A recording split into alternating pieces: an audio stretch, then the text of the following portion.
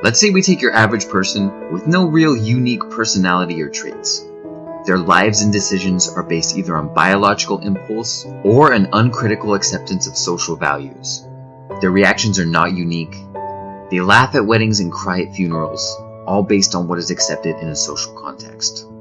Their life has been shaped by a media and an education system that does not value individual expression and real examination. Dabrowski calls this level 1, and a significant majority of the population falls under this category.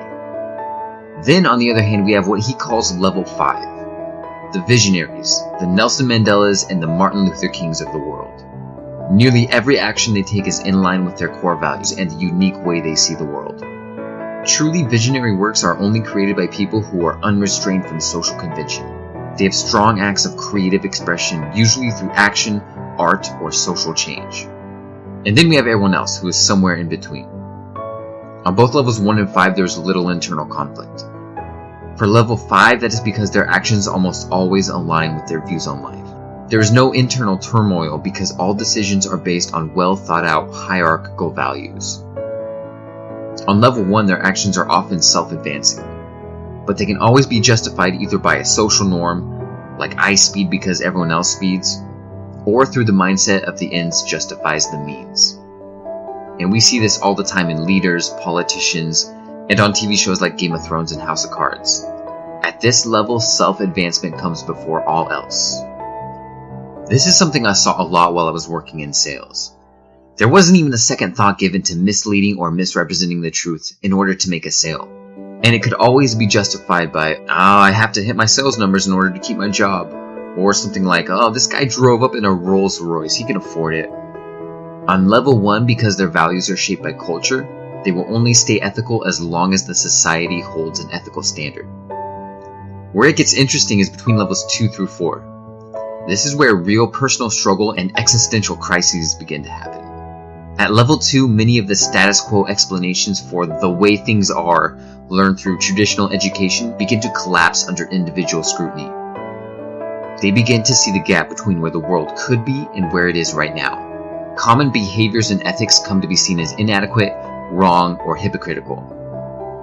Crises like these represent a strong potential for personal growth. This person can now move ahead with careful examination of the world and their own value system, or the social and internal pressure can cause them to fall back into level 1.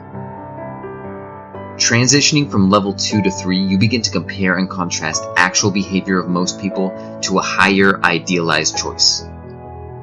Your authentic self will always choose the higher path as the clear and obvious one to follow. If this person's behavior falls short of the ideal, there is internal disharmony and they are driven to review and reconstruct their behavior to fit the ideal. This is the point where you're like Neo taking the red pill.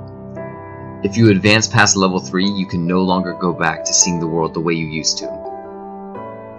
If the person does not have what Dabrowski calls enough developmental potential to move past this point, they will again fall back into level 2 and then level 1.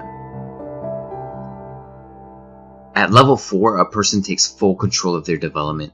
Involuntary, spontaneous reactions to stimulus are replaced by a conscious and self-directed view of life. Old views of life are replaced by carefully thought out and examined ideals.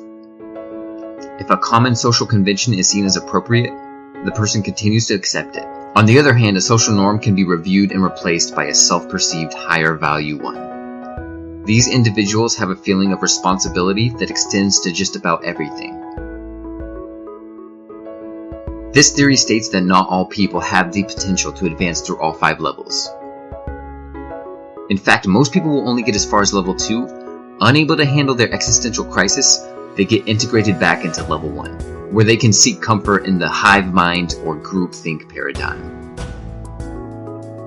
The most evident characteristic of people who have high developmental potential is what he calls overexcitability, or how intensely that person experiences day-to-day emotions. The more overexcitability a person has, the more intensely they experience day-to-day life.